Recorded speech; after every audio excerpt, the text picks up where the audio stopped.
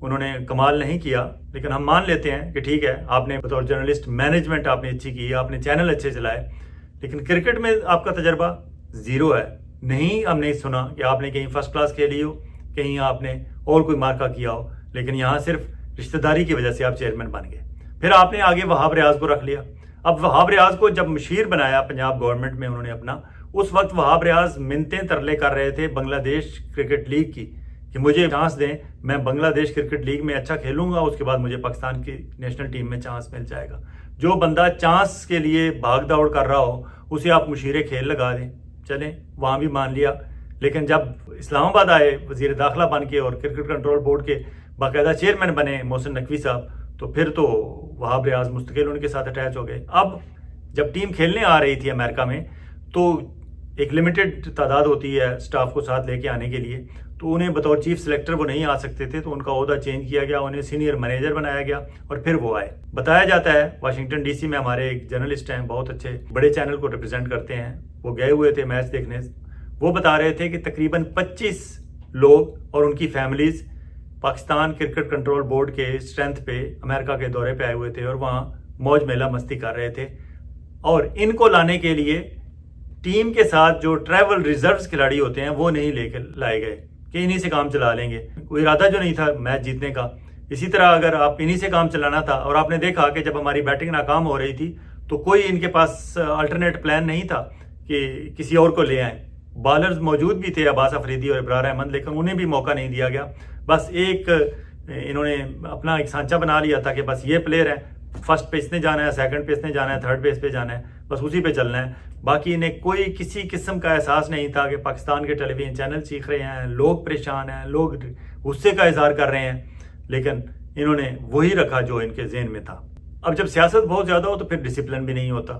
Discipline کا یہ عالم تھا کہ فلوریڈا میں بابر اعظم جو کیپٹن ہیں ٹیم کے، وہ خود میچ سے پہلی رات، اگلے دن میچ تھا گزشتہ رات کو، یہ رات 11 بجے کہیں کسی شاپنگ مال میں یا کسی ہوٹل میں پھر رہے تھے، اور جو بندہ وہاں مقامی پاکستانی شخص جو انہیں پروٹوکول دے رہا تھا اور انہیں شاپنگ کرا رہا تھا، اس نے اگلے روز تصویریں لیک کر دیں ٹویٹر پہ، اور بعد ازاں اس کی پوری فیملی نے، اور انہوں نے کہا کہ بابر اعظم جھوٹ بول رہے ہیں، بابر اعظم ہمارے بیٹے کے ساتھ ہی تھا، اور ہمیں کیا ضرورت تھی یہ بتانے کی کہ اگر بابر اعظم ہمارے ساتھ نہ ہوتا تو۔ لیکن جب مینجمنٹ سے پوچھا گیا تو انہوں نے کہا نہیں، میچ سے ایک روز پہلے کھلاڑیوں نے کرفیو ٹائم کی پابندی کی ہے، اس کے علاوہ کوئی پابندی نہیں تھی۔ ویسے وہ گئے ہوں گے شاپنگ کرنے، لیکن میچ سے ایک روز پہلے نہیں گئے۔ لیکن یہ تنازع بالکل سامنے آیا، جو لوگ انہیں پروٹوکول دے رہے تھے، جو انہیں شاپنگ کرا رہے تھے، انہوں نے کہا کہ نہیں وہ ہمارے ساتھ تھے، میچ سے ایک روز پہلے بھی ہمارے ساتھ تھے۔ اب اگر محسن نقوی صاحب نے بطور چیئرمین کرکٹ کنٹرول بورڈ کہا ہے کہ اس عبرتناک شکست کے بعد بڑی سرجری کی جائے گی، تو سرجری آبویسلی اگر کرنی ہے تو آپ کو صرف کھلاڑیوں کی نہیں کرنی ہوگی، بلکہ مختلف شعبے جو ہمارے کرکٹ کنٹرول بورڈ سے جڑے ہوئے ہیں، ان میں پالیسی میکرز ہیں، ان میں مینجمنٹ ہے، ان میں پلیئرز ہیں، اور ان میں ہمارے میڈیا پرسنز بھی ہیں، کیونکہ میڈیا پرسنز اور اینکرز ہمارے باقاعدہ پارٹی بن چکے ہیں۔ پاکستان کرکٹ میں یہ ایک باقاعدہ سلسلہ بن چکا ہے کہ لاہور گروپ اور کراچی گروپ۔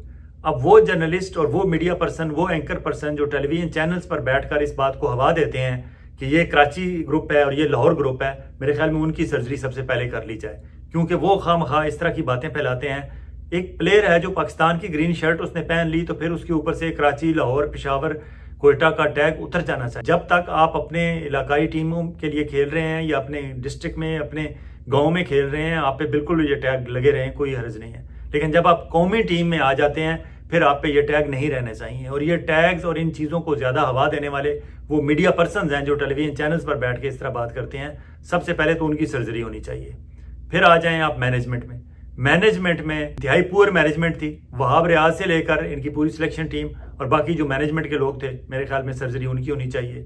پالیسی میکرز میں پھر یہ چیئرمین صاحب خود آ جاتے ہیں، اگر تو ان میں کوئی احساس ہو۔ ہم بہت تنقید کرتے تھے شہریار خان صاحب پہ، کیونکہ وہ 93 ایئرز ان کی ایج تھی جب وہ پاکستان کرکٹ کنٹرول بورڈ کے چیئرمین تھے، اور اس سے پہلے وہ 28-30 سال فارن سروس میں خدمات پوری کرنے کے بعد وہ کرکٹ کنٹرول بورڈ میں آئے۔ ان کی حالت یہ تھی کہ کئی دفعہ وہ بالکل انہیں سمجھ نہیں آتی تھی، وہ انہیں ڈیمنشیا تھا، بھول جاتے تھے چیزیں۔ اور ایک دفعہ ایک فارن ٹرپ سے باہر واپس آ رہے تھے تو اسلام آباد ایئرپورٹ پہ اتر کے وہ کسی اور گاڑی میں بیٹھ گئے اور ڈرائیور کو کہا کہ چلو، اس نے کہا جی میں آپ کا ڈرائیور نہیں ہوں، اور وہ اس وقت تک کرکٹ کنٹرول بورڈ کے چیئرمین تھے۔ یہ عالم تھا ان کا۔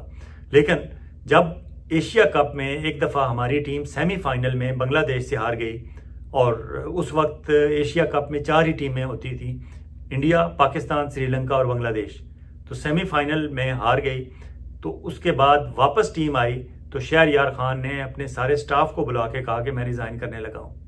نجم سیٹھی صاحب کی بتائی ہوئی کہانی ہے کہ انہوں نے کہا کہ میں نے انہیں روکا کہ نہیں آپ نہ ریزائن کریں، لیکن شہریار خان صاحب کا جو ون لائنر تھا، انہوں نے کہا it is the only honourable thing to do. Team اتنی بری طرح ہاری ہے کہ ایشیا کپ کے سیمی فائنل میں بھی نہیں جا سکی اور بنگلہ دیش سے ہار گئی ہے، تو اب میرے لیے صرف آنریبل چیز ایک یہی ہے کہ میں استعفیٰ دے دوں. اب اس طرح کی باتیں اور اس طرح کے فکرے ہم صرف یاد ہی کر سکتے ہیں.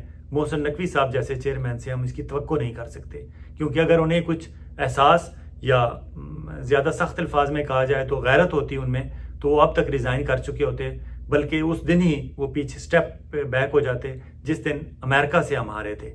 اور اگلے روز انڈیا سے ہارنے والے دن تو بالکل ہی ان کے اپنی سیٹ پر رہنے کی کوئی جواز نہیں تھا، لیکن انہوں نے اس بات کی پرواہ نہیں کی کہ ابھی اس ٹیم نے 2 اور میچ کھیلنے ہیں. انہوں نے امریکہ میں بیٹھے ہوئے یہ سٹیٹمنٹ دے دی کہ بڑی سرزد. حالانکہ یہ بھی پروٹوکول کے خلاف ہے کہ جب ٹیم آپ کی ابھی تک میچ کھیل رہی ہے، آپ بطور manager of cricket control board آپ اس طرح کی سٹیٹمنٹ دے کے آپ کھلاڑیوں سے چاہتے ہیں کہ اگلے 2 میچ بھی وہ نہ جیت پائیں. اب آتے ہیں کھیل کی طرف. کھیل کی طرف آئیں جب کہ کھیلے کس طرح ہمارے کھلاڑی، تو سب سے پہلے تو سلیکشن کی بات ہوگی. کیا سلیکشن معقول تھی؟ غلط تھی سلیکشن. لیکن بتانے والے بتاتے ہیں کہ شاید ہمارے پاس یہی ٹیلنٹ دستیاب تھا، یہ ان کے پاس جواز ہے. حالانکہ ایسی بات نہیں ہے، ٹیلنٹ ہمارے پاس موجود تھا. سلیکشن کرنے والے، کیونکہ بابر اعظم کو بھی کچھ عرصے سے انہوں نے اس کو بتا دیا تھا کہ تم بہت بڑے کھلاڑی ہو، اسے بابر کنگ کے نام سے پکارا جانا شروع کر دیا گیا تھا. بلا شبہ وہ پاکستان کا ہی نہیں دنیا کا ٹاپ کا بیٹسمین ہے، بہت اچھا بیٹسمین ہے. بیٹنگ سکلز میں اس کا کوئی ثانی نہیں ہے، وہ ہماری ریڑھ کی ہڈی ہے بیٹنگ کی. لیکن بطور کپتان اس نے ثابت کیا کہ کئی ٹورنامنٹس، 3 سے 4 ٹورنامنٹس بابر اعظم کی ناقص کپتانی کی وجہ سے پاکستان نے ہارے، اور 3 سے 4 سیریز بابر کی پور کپتانی کی نظر ہو. اب اس کے باوجود جب آپ نے ایک دفعہ اسے ہٹایا، آپ نے شاہین افریدی کو، حالانکہ وہ بھی ایک اممیچور پلیئر ہے، ینگ ہے، ابھی اس میں وہ میچورٹی اس لیول پہ نہیں ہے، آپ نے اسے کپتان بنا دیا. اور آپ نے نتیجہ دیکھ لیا کہ وہ بھی کوئی خاطر خواہ نتائج نہ دے سکا اور بطور کپتان اپنے آپ کو پروو نہ کر سکا. پھر آپ نے واپس بابر اعظم کو دی.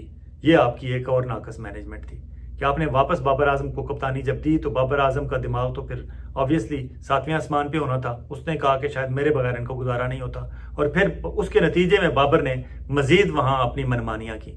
جس طرح وہ مسلسل شاداب کو کھلاتے رہے. اب شاداب اگر بطور آل راؤنڈر کھلا رہے ہیں تو پھر ان سے بالنگ بھی کرائیں، لیکن آپ نے صرف اسے بیٹنگ کے لیے رکھا ہوا تھا، اور بیٹنگ بھی آپ اپنی پسند کے نمبر پہ اسے بھیجتے تھے. فل رسپانسبلٹی آپ اسے نہیں دے رہے تھے. آپ دیکھتے تھے کہ جہاں اس کے جلدی آؤٹ ہونے کا خطرہ ہے اسے آپ وہاں روک دیتے تھے، جہاں آپ چاہتے تھے کہ وہ تھوڑی دیر 4 بالیں کھیل سکے گا وہاں آپ اسے بھیج دیتے تھے. اوپننگ ہماری بابر اعظم اور رضوان کے علاوہ اوپننگ کوئی نہیں ہے. سائم ایوب کو آپ نے ٹرائی کیا، وہ نہیں چل سکا. بابر اعظم اور رضوان اس وقت چلتے ہیں جب آپ نے چیز کرنا ہو، اور چیز بھی معقول سا سکور ہو. بہت زیادہ سکور ہو تو یہ چیز بھی نہیں کر پاتے. خود پہلے بیٹنگ کرنی ہو تو بابر اعظم اور رضوان بہتر پرفارم نہیں کر پاتے، کیونکہ یہ اس طرح کا ٹارگٹ دینے میں کامیاب نہیں ہوئے. فخر زمان اوپننگ میں اچھے تھے، لیکن فخر زمان کو باقاعدہ کہہ کے انہوں نے نمبر 3 اور 4 پہ لے کے گئے. اب فخر زمان نے بھی یہ طے کر لیا کہ میں نے نیچے ہی کھیلنا ہے، اب وہ اوپر آنے کے لیے تیار نہیں ہے. اور اگر اسے اوپر لے بھی آئیں تو پھر نیچے کون ہے؟ ہمارے پاس نیچے کوئی نہیں ہے، کیونکہ نیچے پلیئر ڈھنگ کے ہم نے تیار ہی نہیں کیے تھے. نیچے افتخار چاچا. اب افتخار اتنی مسلسل ناکامیوں کے بعد تقریباً 100 میچ کھیل چکے ہیں وہ پاکستان کی طرف سے، اور آج تک اللہ کے فضل سے ایک بھی میچ میں وہ مین آف دی میچ نہیں قرار پائے. اب اس سے آپ اندازہ لگائیں کہ وہ کس قسم کے پلیئر ہیں. کہ 100 میچ کھیلنے کے بعد بھی اگر بندہ ایک بھی مین آف دی میچ نہ ہو تو پھر اسے کھلانے کا جواز سمجھ نہیں آتی کہ کیوں اسے مسلسل کھلایا جا رہا ہے. لیکن اس کا نتیجہ بھی دیکھ لیا. شاداب آبویسلی بیٹنگ کے لیے فٹ نہیں تھے. 6 7ویں نمبر پہ آل راؤنڈر کے طور پر تو ٹھیک ہیں، اس سے اوپر وہ اس قابل نہیں تھے کہ وہ اسٹرینتھ دیتے بیٹنگ کو، تو وہاں بھی ایک غلط تھا. پھر حماد وسیم آل راؤنڈر کے طور پر آئے، بلکہ اس ورلڈ کپ سے پہلے حماد صاحب نے ایک بیان دیا. انہوں نے کہا جی کہ مجھ سے بہتر آل راؤنڈر کوئی نہیں ہے. کہتے ہیں میں بطور بالر اوپن بھی کر سکتا ہوں، اور بیٹنگ کی باری آئے تو میں نمبر 4 سے لے کر نمبر 8 تک بیٹنگ بھی کر سکتا ہوں. ہے کوئی میرے جیسا؟ یہ وہ خود پوچھ رہے ہیں رپورٹر سے. حضور آپ جیسا کوئی نہیں ہے. جو آپ نے کمال کیا ہے امریکہ اور انڈیا کے خلاف، اسپیشلی انڈیا کے خلاف، واقعی آپ جیسا کوئی بہت زیادہ عماد وسیم کو اوور ریٹڈ ہم نے کر لیا تھا. عماد وسیم، افتخار، شاداب، ان تینوں کی ناقص بیٹنگ، اور پھر اعظم خان، وہ کیا کمال ہیرا ہے ہمارے پاس. اسے دنیا کا کوئی بندہ، کسی بندے کو آپ بتا دیں کہ ہی از اے اسپورٹس مین، سامنے کھڑا ہو آپ بتائیں کہ یہ اسپورٹس مین ہے ہمارے کنٹری کا، وہ بندہ یقین ہی نہیں کرے گا.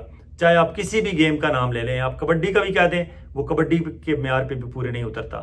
اگر آپ رگبی کا کہیں، فٹ بال کا کہیں، ہاکی کا کہیں، کرکٹ کا کہیں، کسی بھی گیم کا نام لیں، کوئی بندہ دنیا کا نہیں مانے گا کہ یہ سامنے کھڑا اعظم خان کوئی اسپورٹس مین ہے.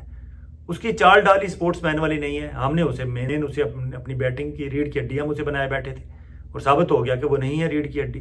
اب اگر دیکھا جائے تو آپ بابر اور رضوان اور شاہین افریدی اور نسیم شاہ کے علاوہ کون سا پانچواں ایسا پلیئر ہے جسے اس ٹیم میں رہنا چاہیے؟ عامر کو ہم لے کے آئے، عامر نے اچھی بالنگ کی، لیکن بدستور عامر کے سیاسی مسائل موجود ہیں، اور عامر کے ساتھ مسئلہ شاہین افریدی کا بھی ہے، کیونکہ شاہین افریدی یہ سمجھتا ہے کہ شاید عامر میرے لیے تھریٹ ہے.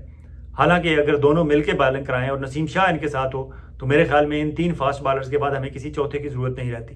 لیکن ہمارے کپتان صاحب کا کمال یہ ہے کہ وہ مسلسل حارث رؤف کو کھلائے جا رہے تھے. حالانکہ عباس افریدی، سب سے زیادہ وکٹیں عباس افریدی نے لی ہوئی تھی پچھلے سیزن میں، اور عباس افریدی تھوڑے سے اسٹریٹجک بالر ہیں. اگر عباس افریدی حارث رؤف کی جگہ کھیل رہے ہوتے تو وہ جو آخری 15 اوور ڈیفینڈ کرنے تھے شاید وہ کر پاتے، جو حارث رؤف نہیں کر پائے.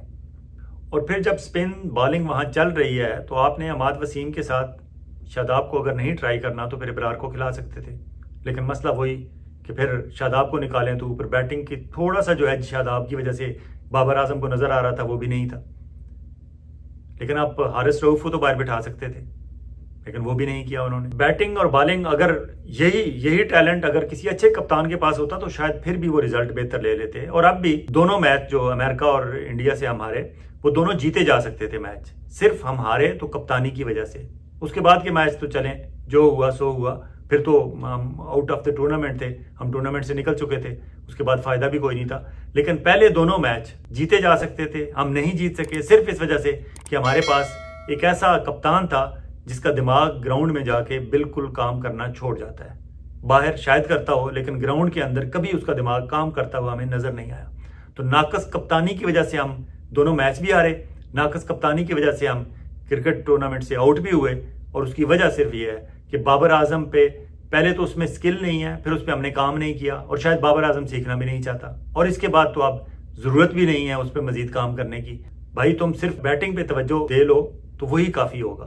کیوں کہ آپ صرف بیٹنگ پہ فوکس کرو تو آپ شاید بہت بڑے بڑے ریکارڈ بیٹنگ کے توڑ. لیکن اگر آپ اس کپتانی کے چکر میں پڑے رہے کہ کون سا گروپ کیسا گروپ، اور گروپنگ میں رہو گے تو اپنی بیٹنگ سے بھی ہاتھ دھو بیٹھو گے، کیونکہ آپ کی بیٹنگ بھی دن بدن پیچھے جا رہی ہے آگے جانے کی بجائے. اب یہاں سے آگے کیا ہوگا؟ یہاں آگے 2 گروپ بتائے جاتے ہیں پاکستان کرکٹ کنٹرول بورڈ میں. ایک محسن نقوی صاحب کا گروپ ہے جو یہ چاہتے ہیں کہ بابر اعظم اینڈ کمپنی ہی برسر اقتدار رہے. وہ اقتدار سمجھتے ہیں کپتانی کو، اور سارے ادارے صرف کپتان نہیں ہوتا، وہ اپنے پورے گروپ کو لے کے چلتا ہے، جس طرح کہ ابھی تک ان کی ذاتی پسند ناپسند بابر اعظم کی نظر آئی ہے. دوسری طرف شاہین افریدی کا گروپ ہے جس کی سرپرستی شعیب اختر اور شاہد افریدی کر رہے ہیں، اور بتایا جاتا ہے کہ اب باقاعدہ ایک لڑائی جاری ہے کہ شاہد افریدی کو چیئرمین کرکٹ کنٹرول بورڈ بنایا جائے اور شعیب اختر کو چیف سلیکٹر بنایا جائے. اور اس گروپ کی سرپرستی پاکستان مسلم لیگ نواز کر رہی ہے، جبکہ محسن نقوی صاحب کی سرپرستی ہمارے پنڈی والے، ہمارے چیف آف آرمی سٹاف، ہماری ملٹری اسٹیبلشمنٹ وہ کر رہی ہے. دیکھنے میں تو زیادہ تگڑا گروپ محسن نقوی صاحب کا ہے، لیکن مسلم لیگ نواز والوں کو بھی بڑا مسئلہ ہے اس سے کہ وہ شاہد افریدی کو دیکھنا چاہتے ہیں، کیونکہ شاہد افریدی نے اوپر تلے ان کے لیے خدمات بہت انجام دی ہیں، گاہے بگائے جب ضرورت پڑتی ہے. حتیٰ کہ شعیب اختر بھی اب پیچھے نہیں رہے، دونوں نے عمران خان کے خلاف سٹیٹمنٹس دی ہیں، اور وہ یہ سمجھتے ہیں کہ شاید عمران خان کا کرزما ختم کرنے کے لیے ہم ایک اور کرکٹر پہ ہاتھ رکھیں گے تو شاید عمران خان کا کرزما ختم ہو جائے گا اور لوگ عمران خان کے پیچھے سے ہٹ کے ان کے پیچھے آ کے کھڑے ہو جائیں گے. جبکہ شعیب اختر اور شاہد افریدی اپنے اپنے طور پر بہت اچھے پلیئر ہوں گے، بہت بڑے پلیئر ہوں گے، لیکن اگر آپ عمران خان کو دیکھیں بطور کپتان، بطور اسٹریٹجسٹ اور بطور ونر آف ورلڈ کپ، تو شاید یہ دونوں عمران خان کے سامنے بونے لگیں گے. اس لیے مسلم لیگ نواز ایک ایسی جگہ اپنی انرجی ویسٹ کر رہی ہے جہاں ایک تو پبلک نے تسلیم نہیں کرنا کہ آپ عمران خان کے مقابلے میں کن کو لے کے آنا چاہتے ہیں، لوگوں نے ریجیکٹ کر دینا ہے. دوسری طرف ملٹری اسٹیبلشمنٹ سے ان کی لڑائی ہے، جہاں محسن نقوی کی سرپرستی ہمارے آرمی چیف کر رہے ہیں اور ملٹری اسٹیبلشمنٹ کر رہی ہے، اس لیے وہاں بھی ان کی کامیابی کے امکانات بہت کم ہیں. لیکن ہمارے کرکٹ کے شائقین کو یہ ٹگ آف وار، یہ لڑائی آئندہ آنے والے دنوں میں بھی نظر آتی رہے گی، جس کا نقصان الٹیمیٹلی کرکٹ کو ہوگا اور لوگ کرکٹ سے بددل ہوتے جائیں گے۔ اچھی خبر یہ ہے کہ ہماری ہاکی پرفارم کر رہی ہے۔ اگر لوگ واقعی اپنے قومی کھیل کی طرف واپس چلے جائیں اور ہمارے ادارے جو سپانسر کرتے ہیں اور ہمارے مارکیٹنگ والے وہ بھی اگر تھوڑی سی سرپرستی کریں ہاکی کی، تو شاید ہم وہاں سے بہتر رزلٹ لے سکیں۔ کرکٹ میں تو سیاست ہی سیاست ہے، اور اسپیشلی جب سے اس میں جوا شامل ہوا ہے، اس میں انٹرسٹ بڑے ہو گئے ہیں لوگوں کے، اور پھر ہر وقت یہ دھڑکا لگا رہتا ہے کہ نہ جانے کس وقت، جس طرح سلمان بٹ، محمد عامر اور محمد آصف کے ساتھ ایک سٹنگ آپریشن ہوا تھا، کس وقت اس طرح کا کوئی کام ہو اور پھر ہمارے ملک پہ ایک بدنامی کا دبا لگ جائے۔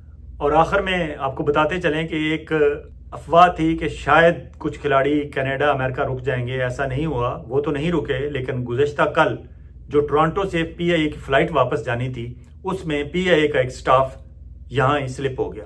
یہ سلپ ایک ٹرم ہوتی ہے کہ جو بندہ یہاں ڈیوٹی پہ آتا ہے آفیشلی اور اس کے بعد واپس نہیں جاتا، یہاں غائب ہو جاتا ہے، اسے سلپ ہونا کہتے ہیں۔ آپ کو یاد ہوگا کہ کچھ ہفتے پہلے ہنا ثانی نامی ایک ایئر ہوسٹس یہاں آئی تھی، ایئرپورٹ پہ پکڑی گئی تھیں، ان سے کچھ پاسپورٹ، مبینہ طور پر پاسپورٹ نکلے تھے، کچھ اور چیزیں نکلی تھیں، لیکن وہ ابھی تک وہ کیس بھگت رہی ہیں۔ اور تازہ ترین ہنا ثانی کے بارے میں خبر یہ ہے کہ ہنا ثانی نے اسائلم اپلائی کر دیا ہے، لیکن جو اس کو پہلے گارنٹی، اس کی ضمانت ہوئی تھی، اس گارنٹی کے نتیجے میں اسے ہر ہفتے پیئرسن انٹرنیشنل ایئرپورٹ پہ کینیڈین امیگریشن اتھارٹیز کے پاس جانا پڑتا ہے، حاضری لگوانی پڑتی ہے، سائن کرتی ہیں اور واپس آ جاتی ہیں۔ لیکن دوسری طرف ان کا کیس بھی چل رہا ہے اور اب ان کی اگلی پیشی 26 جون کو ہے۔ امید ہے کہ ان کے اسائلم کا کیس کلیئر ہو جائے گا، کیونکہ ان کے خلاف خبریں اور ان کے خلاف چیزیں بہت اکٹھی کر لی ہو گئی تھیں۔ اور اب جو گزشتہ کل جو سٹاف سلپ ہوا ہے اس کا نام ہے شیر خان آفریدی۔ اور اب جو پی آئی اے کا سٹاف کل اتوار والے دن، گزشتہ کل اتوار والے دن پی آئی اے کی جو فلائٹ واپس جانی تھی ٹورانٹو سے، اس نے کہا میں اپنی عید یہاں ہی کروں گا، وہ یہاں ہی سلپ ہو گیا اور پی آئی اے کا عملہ ایک سٹاف کم واپس چلا گیا، اور اس سٹاف کا نام تھا نور شیر۔ آفریدی قبیلے سے اس کا تعلق ہے، نور شیر اس کا نام ہے۔ وہ یہاں کینیڈا میں سلپ ہو گیا ہے اور اب ہفتے 10 دنوں بعد پتہ چلے گا کہ اس نے بھی اسائلم اپلائی کر دیا ہے۔ ناظرین، ولاگ لمبا ہو گیا ہے، اور امریکہ میں کیا چیف آف آرمی سٹاف کے خلاف رو کھنا اور باقی جو ڈیموکریٹ کانگریس مین ہیں وہ کیا مہم چلا رہے ہیں، اور شہباز شریف کی شعبدہ بازی پھر پیچھے رہ گئی، اس پہ پھر بات کریں گے۔ اجازت چاہوں گا، اللہ حافظ۔